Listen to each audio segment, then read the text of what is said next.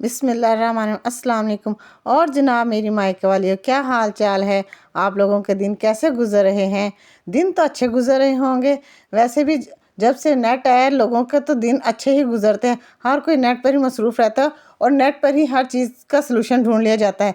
जैसा कि पहले ज़माने में जब हम छोटे हुआ करते थे तो कहाँ नेट होता था। जब हमारे घर की बड़ी औरतें जो है वो घर में से हर चीज़ का सलूशन ढूंढ लिया करती थी। अब तो अगर हम फ़ोन उठाएं और देखें तो डॉक्टर इंस्टाग्राम, डॉक्टर यूट्यूब और डॉक्टर गूगल सब मौजूद हैं।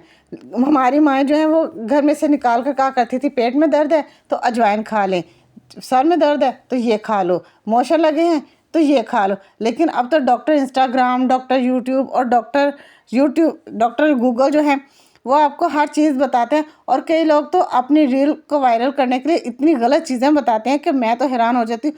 मैंने आज सुबह जब पकड़ा नेट मोबाइल तो मैं ये देखकर हैरान है कि मेरा दिल किया मैं आपसे ये बात शेयर करूं।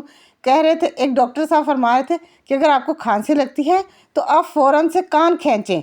अगर और फिर मैं सोच में पड़ गई, अगर कान खींचने से खांसी दूर हो जाती है फिर तो बच्चों को खांसी लगे ही ना, क्योंकि बच्चों के कान तो कभी पेरेंट्स के हाथ में, तो कभी टीचर्स के हाथ में, तो कभी छोटे बहन भाइयों के कान बड़े भाई के हाथ में, इसी तरह से होते हैं। फिर तो बच्चों को खांसी लगनी ही नहीं चाहिए। कुछ लोग बहुत अच्छे से भी गाइड करते हैं, लेकिन हमें ये देखना चाहिए कि कौन कितना गाइड कर रहा है और किस तरह से गाइड कर रहा है। ये ना हो कि हम गलत चीज़ पर ही चले जाएं। जो हमारे पुराने ज़माने के होते थे उनसे अगर फ़ायदा नहीं होता तो नुकसान भी नहीं होता था।